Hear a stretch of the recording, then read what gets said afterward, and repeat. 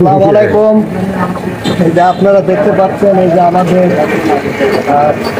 Councillor পৌরসভার মাহতাব হোসেন, সে দীর্ঘদিন যাবত সাথে থাকা রোগী বিষ নামায়।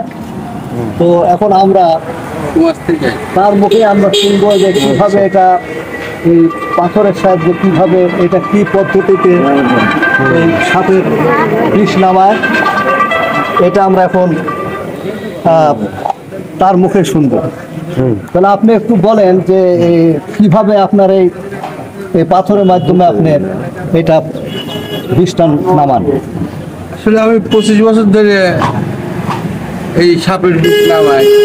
যত বড় বিষাক্ত সাপই হোক, অনেক মানুষ সাপ মারি নিয়ে আসে, মাইরে পাইলে করে ভরে নিয়ে চলে আসে। যত রুগী আইছে আমার কাছে কেউ ফেরত যায় না, সবাই ভালো হয়ে গেছে।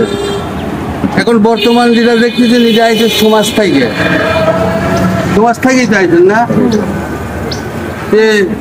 আমার কাছে আসার পরই মনে করেন যে আমি ওই জায়গাটা পরিষ্কার করে একটু জানলা বেলেট দিয়ে কাটিয়ে ওই পাথরটা লাগা দেওয়ার পর ওই পাথরটা লেগে থাকে।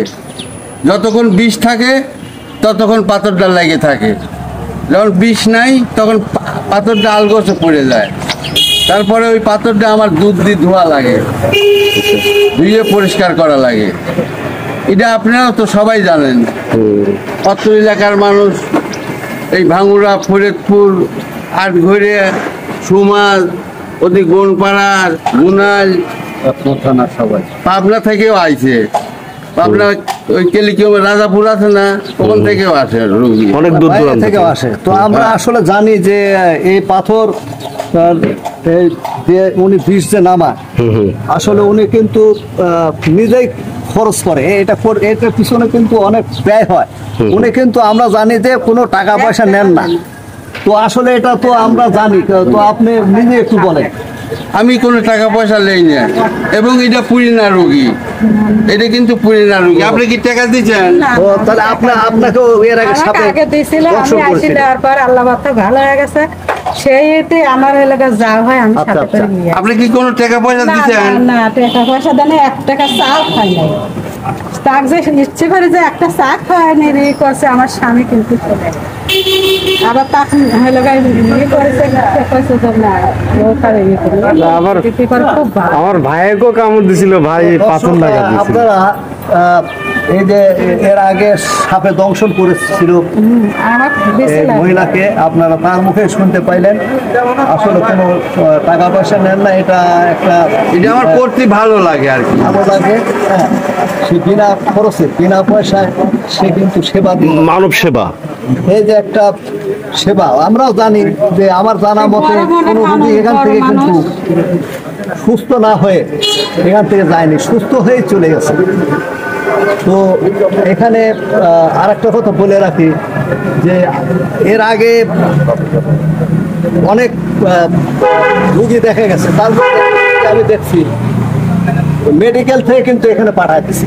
এরকম হয়েছে না? এরকম ঘটনা হয়েছে, তারা কিন্তু অপারক ঘোষণা করছে, আপনার থেকে ফেরত দিছে। এখানে এসে তারা এই পাথরের মাধ্যমে বিষ নামায় দিছে।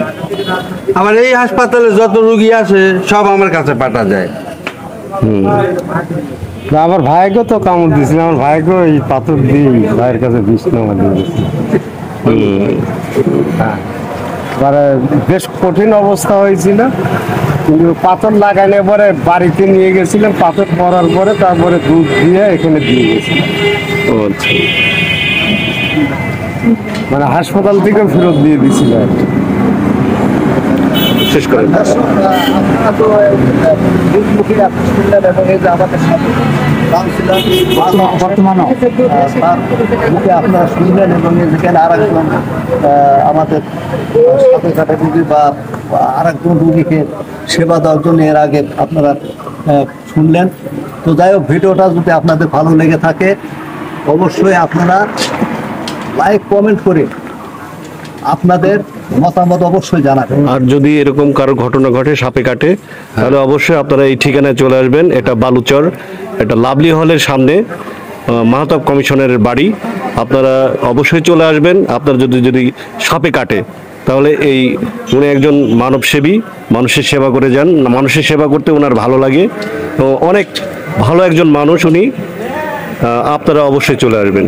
এই ভিডিওটা আজকের মতো এখানে শেষ করছি। সবাই ভালো থাকবেন, সুস্থ থাকবেন, শুভকামনায়। ধন্যবাদ।